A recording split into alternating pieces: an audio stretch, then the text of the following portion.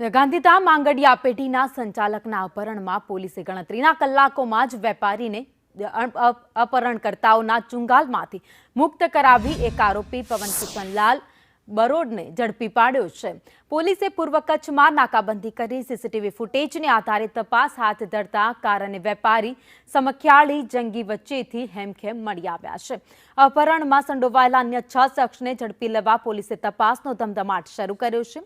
વેપારીનું અપહરણ કરી મોરબી હિતેન્દ્રસિંહ ઉર્ફે હિતુબા ઝાલાના ફાર્મ હાઉસમાં લઈ જઈ ખંડણી માંગવાનો પ્લાન હતો।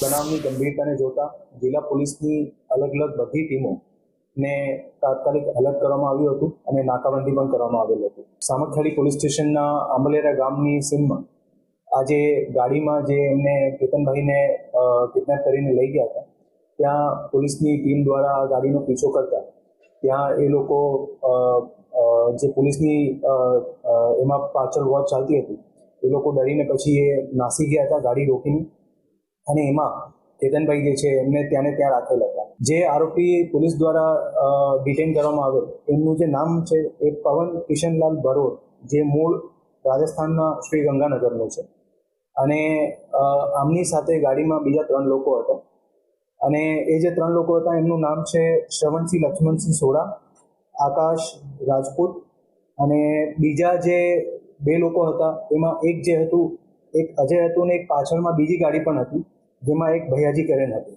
એક મોરબીના હિતેન્દ્રસિંહ ઉર્ફે હિતુબા ઝાલા છે એ મોરબી રહે છે અને એમનું આજે એક મેઇન આખું કાવતરું હતું જેમાં કેતનભાઈને કિડનેપ કરીને અને ટૂંકા ગાળામાં મોટી રકમ પડાવવા માટેનું એક મેઇન ઉદ્દેશ્ય હતું। બનાવની ગંભીરતાને જોતા જિલ્લા પોલીસની